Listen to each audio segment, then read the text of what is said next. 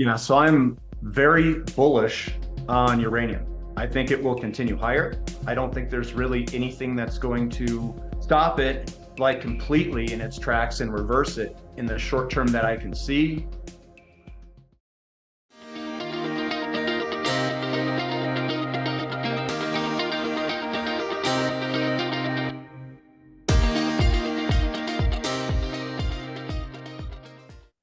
All right, everybody. I am here with Andy from Finding Value Finance. He is just such a smart cookie when it comes to oil and energy and just a little bit of the stuff that we really like to talk about, such as gold and silver miners. And he has very strong opinions on a few things that we're very interested to talk about. Andy, welcome to the show. Yeah, thanks for having me on. Call come anytime. So thanks. All right, cool. Let's start off with the one thing that I probably know the least about, oil. What is your take on what is happening with the oil markets right now, and where do you see the opportunity? Yeah, so oil is cheap. Cheap when you measure it against gold, cheap again when you measure it against other assets. And I think the market's had a little bit of I think the market got ahead of itself a little bit where they thought we would have larger deficits at this time than what we're actually seeing. So I think sentiment definitely changed on us where we had good sentiment maybe 6 months ago, changed more negative, and now the sentiment is really negative, which is good if you're buying. So negative sentiment, very cheap in relationship to other assets, crude oil, like gold to crude oil ratio, it's in the upper 20s. And that's generally a good time to be looking to purchase. I do think that we've probably bottomed in the short term. So we're probably in that bottoming process, starting to come back up in oil and energy service stocks. So I think the opportunities there are actually they're there. They look very good. And I think with tax loss harvesting, stuff like that going on too, it pushed these things maybe a hair lower than normal. And I think the opportunities are there. I'd be a buyer in energy and energy service. Obviously, I have my favorite companies that have really pulled back. And with the price in the 70s here, lower 70s, your mid to high cost producers, they have really pulled back. So those are where I think the best opportunities are if you're a gigantic bull in oil. The price of oil is still sitting on top of its support of its large consolidation zone from 2008 all the way till about, I'd say, 2020, where we bottomed. So we're still sitting on that big consolidation pattern on top of it. So we broke out, we are coming back and sitting on top of that consolidation. I consider that to be a retest of the breakout. And that's generally where I buy a lot. So I bought a lot in 2020, like late 2020, early 2021, and I would be buying here too, which I am in oil and in the energy service companies based off of the chart, based off of where the ratio is. Everything looks good. It's all a go. You mentioned oil services quite a few times. Why that specifically? What makes it special? Well, they lag behind the oil and gas producers, and they have a lot of leverage. I mean, a lot of leverage. Ridiculous leverage, in fact. Last, some of the companies I look at, some of the drillers and stuff like that, if you look at previous bull markets, the potential from bottom to top of the bull market can be 100 times your money. And I know that seems weird, but they have gone 80 to 100x from bottom to top during those cycles. And when you look at the actual setups today, they're in their basing pattern still. So they lag oil. We know that the rig count just has been demolished. So on the downside, I mean, they're down there still. They're putting in inverted head and shoulder patterns, they're making the right hand shoulder is where they're located, if you want to be specific. And the size of these moves can be just gigantic. So if you look at previous bull markets, and there was two large cycle previous bull markets before, think like 80, 70s, 80s, and then think in the 90s, there's a big bull market too, 90s, 2000s. And they had just massive moves. Now, if you were to look at these charts on logarithmic and you were to put a trend line on top, you're in these gigantic megaphone patterns. They're just absolutely massive.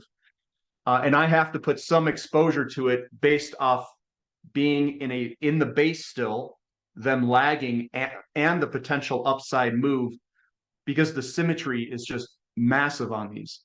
You've got all this upside potential. And I think where they're at today, the downside is very minimal.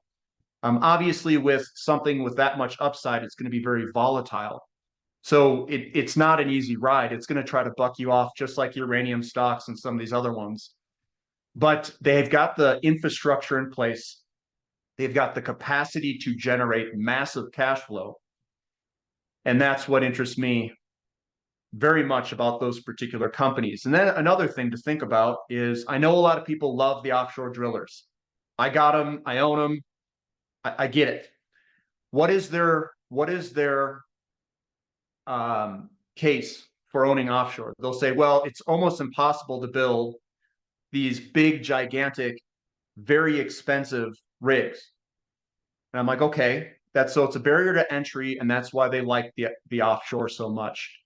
But let's look at it from the opposite viewpoint. If it's so difficult to build rigs offshore, that means that your offshore drilling is going to be limited. So if we get into a real tight world where the capacity tightens up, prices go way up, capacity tightens up, well, where are we going to get all the delta in drilling then? It's all going to be onshore, right? So I'm a big bull on onshore. As weird as that sounds, there's hardly anyone over there, and everything's lagging. So I'm bull offshore, I'm bull onshore, and I think the opportunities onshore are just as good. Interesting. Very, very bold statement there. A little bit of a contrarian, because everybody I listen to, talks up offshore like it's the latest and craziest. You mentioned uranium, and we're just I guess we have just survived a one-day bear market in the uranium stocks in a way that I haven't seen in a while. There was a bit of Twitter bickering and backlash regarding the ETFs rebalancing, or even not rebalancing but selling off, dividend payments, or because of tax issues, et cetera, and through that I did see quite a lot of retail selling. Funny enough, it seems to me like institutions aren't really moving. If anything, they're increasing their positions. What is your outlook on both uranium as a commodity and moving into 2024, and also the equities? Yeah, so I'm very bullish on uranium. I think it will continue higher. I don't think there's really anything that's going to stop it like completely in its tracks and reverse it in the short term that I can see, outside of maybe a potential recession or something that just knocks everything out. But I have to be bullish when you see a chart that just keeps going up and up and up. Like I can't say, no, I'm not going to go and look at some of the opportunities over in uranium. Now, what we've seen on the equity side, so I'm still bullish on the physical pricing. And I think contracts are going to have to catch up, and we'll see where those fall. So contracting is a big deal too. But I think they'll go higher. I don't think it's going to go lower. So that's my take there. The equities pricing, I think, is very cheap. And I think it's an opportunity. I don't think I must be opposite of everyone else. I just look at this from a pretty basic standpoint. Futures pricing's going up, the spot price at least. I think contracting price will follow. And then I just look at the equities and they're cheap in relationship to the uranium spot price. So since they're cheap, then I look at the characteristics of the sector.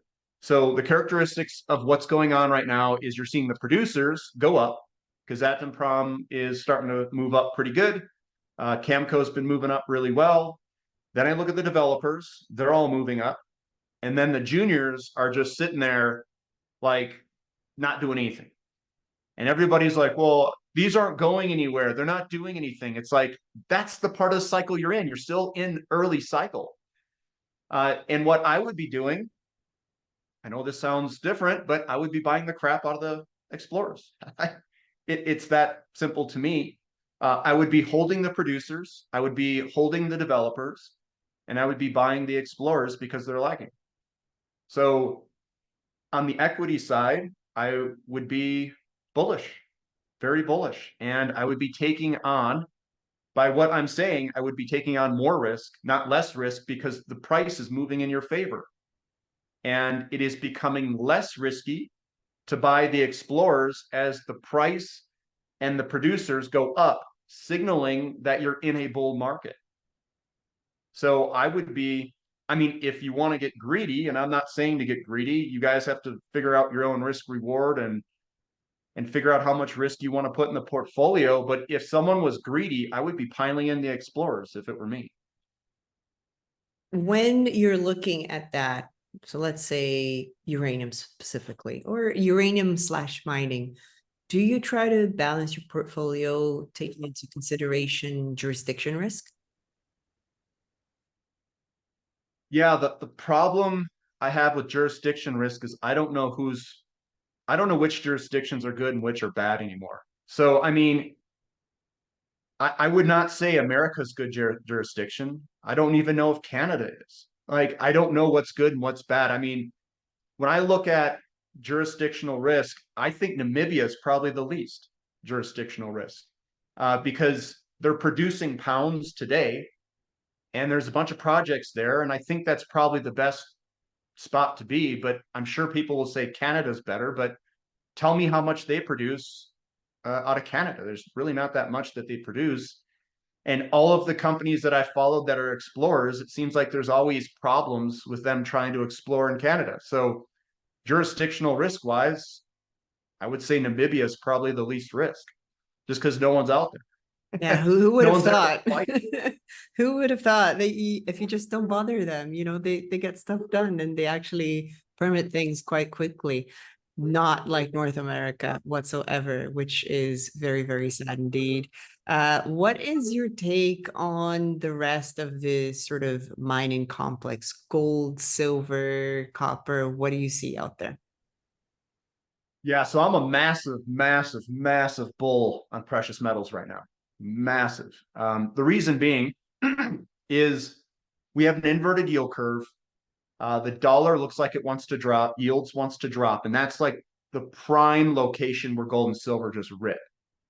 So I think other sectors will also go up. Uranium, oil, I think those will all go up too. But I think that with where the gold to silver ratio is, platinum to gold ratio, with where the gold and silver mining companies are in relationship to gold, gold sitting on top of all of its support. It's basically almost at all-time highs. I just think it's a good setup. And with where the yield curve is at, with where rates are at, and where they could potentially drop, basically you're sitting there where gold was getting a stiff headwind with increasing interest rates. Now all of that is turning to a stiff tailwind. And with the tailwinds and with the leverage that the gold and silver mining companies can have and how cheap they are in relationship to the metals, I just think that the risk reward is massively in your favor right now.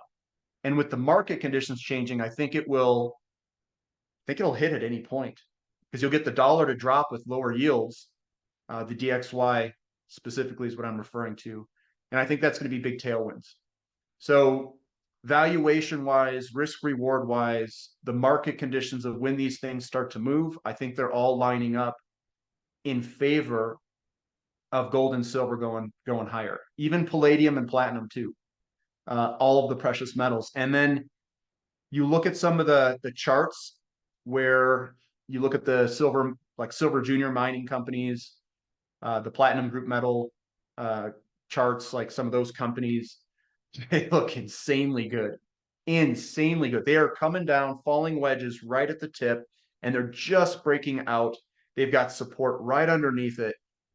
And it's like, man, these are really good entry points for people who are looking for big upside. I'm not talking, like 5 times your money. I could think it could be big, 10, 20, 30 times your money to the upside. And then where you're buying it today, you've got support right underneath you. So with the support there and with the limited downside risk, I mean, these are probably some of the best opportunities in the market that I can find at this exact location. So I mean, if I were to sum it up, if you're trying to like create a portfolio, and I know a lot of people say, well, what percentage should I put to uranium? What percentage should I put to whatever? I just kind of throw that all in the trash bin, like the percentages and all that crap. It's all nonsense. You look for what deals are in the market today, and if you want to deploy money, you have to take where the deals are at. And you end up buying swimsuits in the fall or in the winter. They're out of favor. You buy whatever's on sale. So if it's fall time, I'm not going to be going and buying shovels because that's when they're the most expensive, or like snow shovels. I'm going to be buying swimsuits and straw hats and whatever else is on discount. And then as time goes on, I accumulate these different areas when they're cheap. So right now, in my opinion, we've got a couple of areas that are incredibly cheap. Actually, there's a lot that's cheap right now at this exact moment, commodities in general. But gold, silver, platinum group metals, there's even rare earth metals are really cheap too. They are incredibly cheap and they do well during this market condition. And that's when you pick them up. And then you create a portfolio with these lopsided, huge asymmetric upside potential with little downside risk. And you just buy these things and collect them like you would baseball cards or anything else. You just buy them when everything's cheap. Right now, what's expensive on the opposite end are the NASDAQ stocks. I would be very careful there. Even though they're going up and they could go up further, the risk reward is the opposite. I think you've got limited upside potential and you've got a lot of downside risk. So that's where I would be a little bit more, I don't know, careful, because the symmetry just isn't there like it would be in 2009. But everyone I'm sure can try to justify it in their head. AI is coming and all these gigantic growth or whatever, but I don't buy it. I don't know. It's not my cup of tea. That's what I'll say there. Gotcha. So when it comes to the metals, where do you see them moving first? Do you think it's going to be the classic sort of model that we just spoke about in the uranium sector right now? Producers first or majors, and then, going downstream and, developers, and then finally exploration plays? Or do you think there's a little bit more complexity to that? No, I think it's going to be roughly that, but there's a lot of small mid-cap companies that are producers that look really good, and they may run with the big boys too. So I don't try to time it like producer, developer slash small producer, explorers. I kind of just position in and wait. I don't really try to time to that degree, but I do think it will go like that. Producers will go up first, and then some of these explorers will be last. But I also think they could all run together too. So I think there's a possibility that they just all kind of move on up together. That's how I've always thought about it, but sometimes the explorers do lag. And that it doesn't scare me. But I've been buying explorers, I've been buying small producers. I want the leverage. And then the big guys, I don't even buy them at all. I don't buy the big producers. They don't have enough leverage. I would rather just buy the physical metal. So I'm kind of a weird, my portfolio is kind of weird, I guess. I buy a lot of the uh, physical metals. So I own a lot of physical metals. And then I've got nothing in between, like large producers. And then I've got a whole bunch of like small mid cap producers and some exploration companies. So I'm really pushing the small mid cap producers that can grow their production. And that's where I'm pushing the leverage, so to speak. If I can't beat the physical metals, like if I take a large cap gold producer, I don't think it will beat physical silver. So why would I take that bet then just go buy physical silver? So I just go buy physical silver or platinum or palladium or something like that. And then I don't really, I just skip the big producers. So that's the way I do it. And I've done it. I also think that the big producers are they're gonna struggle with their reserves and their production and holding flat. I think they're actually going to go down. So I think the value is in the smaller mid cap guys that are just starting their mine. They've got the infrastructure in place and they're starting to ramp up. Those are the sweet spot areas. At Let me least ask, what I'm doing. yeah, let me ask you. I really like the approach, by the way. It's kind of like insurance and like half gambling. You got a little bit of everything there. That's the spectrum. Let me ask you about silver because this has kind of been bugging me recently. Every time I post anything, even remotely positive or neutral about silver on Twitter, I get a lot of former silver bugs, it seems, just like absolutely hating on everything because they have been burnt for so long. The gold silver ratio or silver gold ratio has been off for so long that, it seems like even a lot of the crazy people have thrown in their towel completely.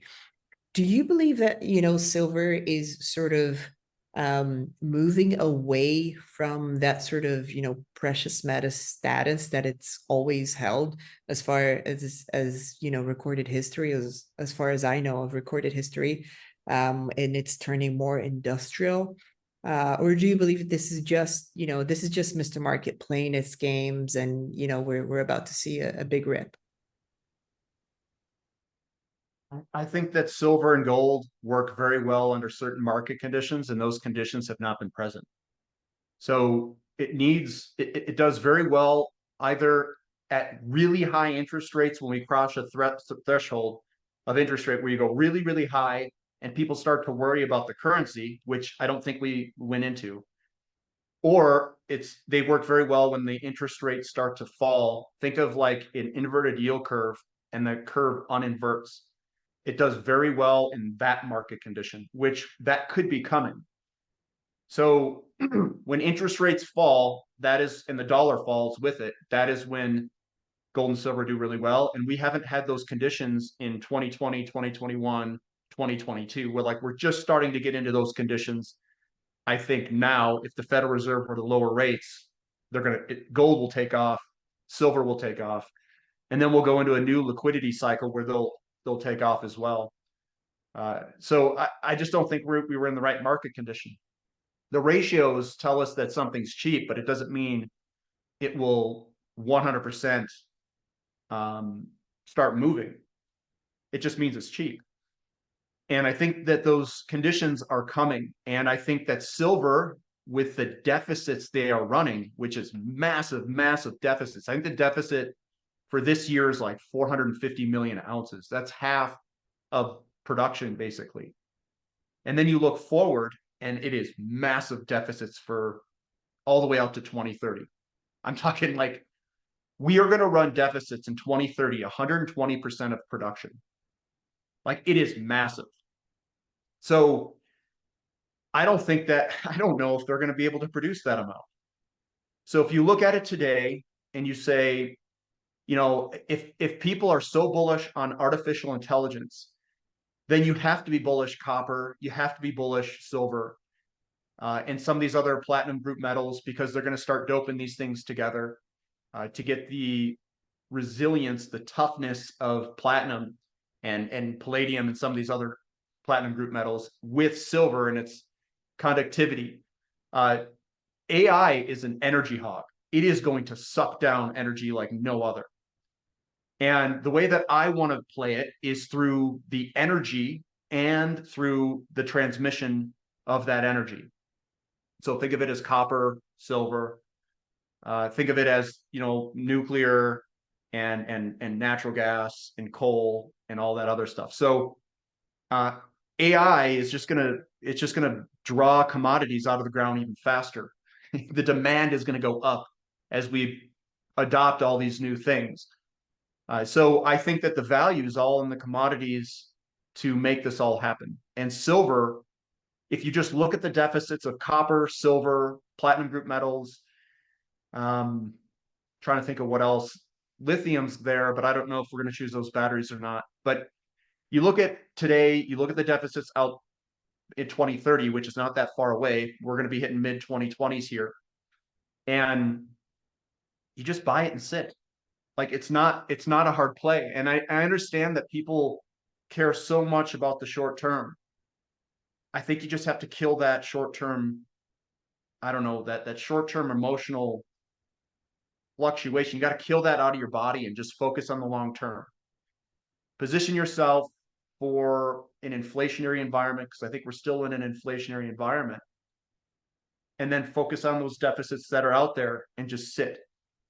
So uranium's got deficits. We're seeing the price move up, and people still are antsy, even though you're getting all of the feedback that you should be getting that the deficits are there. Everything that I see, the price is going up, spot prices just starting to work, and everyone's complaining that it's not following. And I hate to tell everyone, but that's your opportunity. Your opportunity is when something doesn't follow and you get positive feedback on the front end of the curve. And this, I mean, think of it. Let's sit back and think about this really quick on uranium. We saw SWU rip it, right? SWU just ripping it. And then Justin comes out, uranium's going to go up next. Uranium's going up next. We're seeing the producers go up. And it's like, your opportunity's here, guys. Like, now's the time to sit there and grab these companies that are lagging, whichever ones you guys like and are lagging, put them in the portfolio and just sit and wait. That's all investing really is to kind of know what the sequence of events is. What's the launch sequence here?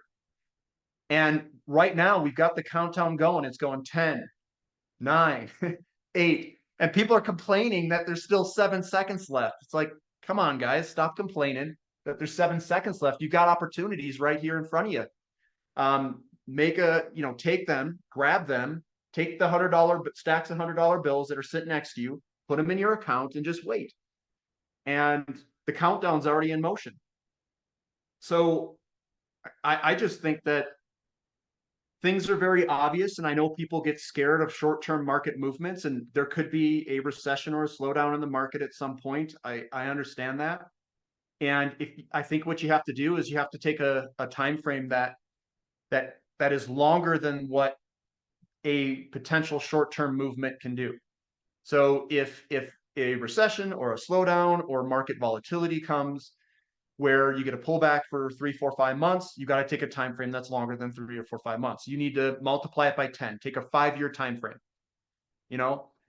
and if you can take it and you get the confidence in the setup where you got the deficits there, right on through it and use those as buying opportunities to accumulate. We are in a bull market. That is undeniable. And a better question would be, what does a top look like? Because that's when you would have to sell. But I think we're so far away from it right now, it's hard to identify what that top will look like. But with the equities pricing against the futures pricing, it's too cheap. The juniors haven't moved. There's no evidence that we're near a top at this time. And I would be a buyer. I'd be sitting on it and just waiting. Yeah. Patience is what makes you money. Trust me. That's it. And that's what most people don't have. This is why it's simple and difficult to make it in this type of investing. Do you foresee a 2024 US or world recession? And if so, what does that mean for copper? Yeah, so that's a really good question. And I'm going to answer I don't know about 2024. And I'll describe why I don't know. Um, Generally, when you look at slowdowns in the markets, they generally occur when the yield curve inverts. And then when it comes and uninverts that yield curve, that is when you get a slowdown in the market almost all of the time. Like a bigger slowdown, not like a small correction, like a big slowdown. What I don't know is what caused the yield curve to invert and where interest rates where they're at today, what caused all that, right? And the yield curve inverting and uninverting is a function of where you're at in the business cycle. So if you get a large inflationary impulse in the market, you're going to get the yield curve to invert. The question is, it was that 100% driven by stimulus money? And my guess is a lot of it was driven by stimulus. So rates are high right now, and they have no reason to be that high based off of anything that was organic in the system. It was all synthetic, basically synthetically driven by humans. It's all fake. And I'm sure with the rates where they're at today and with how rates were low for so long, there could be a slowdown that occurs, or there could be some stuff that needs to basically go bankrupt out of the system at some point. I don't know when that point is. I know a lot of people, they say with confidence that we're just going to get this slowdown and that we're for surely going to get a recession and et cetera, et cetera. I wouldn't believe any of those people. I don't think they can pinpoint it with that type of accuracy unless they're a bank and the bank knows like there's a ton of foreclosures coming at some point or bankruptcies. Not foreclosures, bankruptcies. But there could be a slowdown in 2024. The yield curve's inverted. We had a lot of inflation. It was all synthetically driven. And now it still is in the hands of what are humans going to do? Are we going to continue to put more stimulus in the system? Are they going to lower interest rates? And generally, when you lower interest rates, they're seeing a slowdown in the market. So generally, they're too slow to react. So the slowdown is seen. So you have interest or inflation come up, it starts to slow down. Bankruptcies and other stuff starts coming through. We see credit card delinquencies, unemployment could go up, et cetera, et cetera. And the Federal Reserve starts lowering rates too late, and the problem's already there. That's when the yield curve uninverts, is when they start lowering those interest rates. Federal Reserve said that they're going to lower interest rates in 2024. And it's like, okay, do they see something that's coming? Is there a slowdown? Do they know something is there? And I'll just say, I don't know if they're doing it from a political standpoint where they want to juice the market for a presidential election, or is this a slowdown and they're going to lower rates because they see something in the market which is slowing down, and it's probably too late for them to catch the market, so to speak, or have a soft landing, softer landing, I'll say. So I think the possibility in 2024 for a slowdown is there, but there's also a bunch of evidence stating that there isn't going to be a slowdown, which construction spending, construction employees, housing starts are starting to come back up. So this is a really difficult call here in 2024. This could go either way. I really don't know. And people who say they know, I don't know that you'd have to overweight some of the data and underweight other data. I don't know how they could call it. We also have fiscal spending, which is really high. So the monetary loaning in the system has gotten smoked. That's your home sales volume. Your lending in the system has really slowed down. But they've got fiscal spending way up in to the moon here. That's fiscal spending there. So the fiscal spending's holding everything up. The monetary's come all the way down. And usually in history, your cycle of lending and not lending going through the system has your inflationary impacts. But the inflationary impact that we saw was some monetary and a whole bunch of stimulus. So it's a great question. I just don't know. I really don't know. And that's probably the toughest thing to know. And what I'm going to do, I don't think making predictions and investing off predictions, I don't do that. What I do is I have a strategy. It's go buy a bunch of cheap assets when the charts tell me to, basically. The ratios tell me it's cheap. The charts tell me it's cheap. Got a good entry point. I collect all these cheap things and then I just wait. And I put my time frame longer than what a recession can impact me. And that's how I mitigate that risk. Or you carry a little bit more cash just in case there's an opportunity that does come, take advantage of it. But I struggle to hold cash if an opportunity is good and it's there. I'd rather just buy it and take it. So that's my downfall, I guess, is I don't carry tons of cash for if there was a slowdown. I know the feeling. So great question. I think copper's sitting on top of its pattern though, and it looks like it wants to go higher. So if I look at all the charts, I would say that no slowdown is present at this current time. Diversified miners look like they want to go up. Copper looks like it wants to go up. Everything looks like it wants to go up. And that could occur after people think that there's a pause in rates. It can go up for 6 months or something like that. And then if they start cutting rates, that's when you might want to start to worry, because that's generally where a slowdown could occur. Watch the yield curve. If the yield curve starts uninverting and it starts dropping like a rock, that's when you need to worry, if you want to worry about a recession or a slowdown. And on that happy note, Andy, I want to thank you, and I want you to tell us where can we find more of your stuff, your wisdom, your awesome technical analysis, and your services. Yeah, so you can follow me on YouTube, Finding Value Finance. In the corner, there it is. Finding Value Finance is the YouTube channel that I have. I did create a website where it's finding-value.com. That's where we talk about all these individual companies and opportunities. I do a lot of dividend investing too. Huge dividends being paid in some of these Brazilian companies. Big dividends being paid across some of these commodity companies even. What's a big dividend? 8% all the way up to 25%, somewhere in that range is big dividends. There's tankers, shippers, all those things. And I do cover all that. So the areas that I cover: uranium, base metals, precious metals, energy in general. So that's uranium, oil, nat gas, energy service companies, shipping, tankers, all those things. And I think commodity bull market's here, guys. It looks good.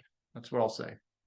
I did not know you were into dividends, especially Brazilian-based companies, which is what I am starting to get into now, me being Brazilian and whatnot. I have to, look at the opportunities everywhere around the world whenever I can. Andy, thank you so, so much for coming. We need to do this more often. I always have a lot of fun listening to your takes, and I really like what you brought to the table today. Thank you, and I'll be speaking to you very soon. Thanks. See you guys.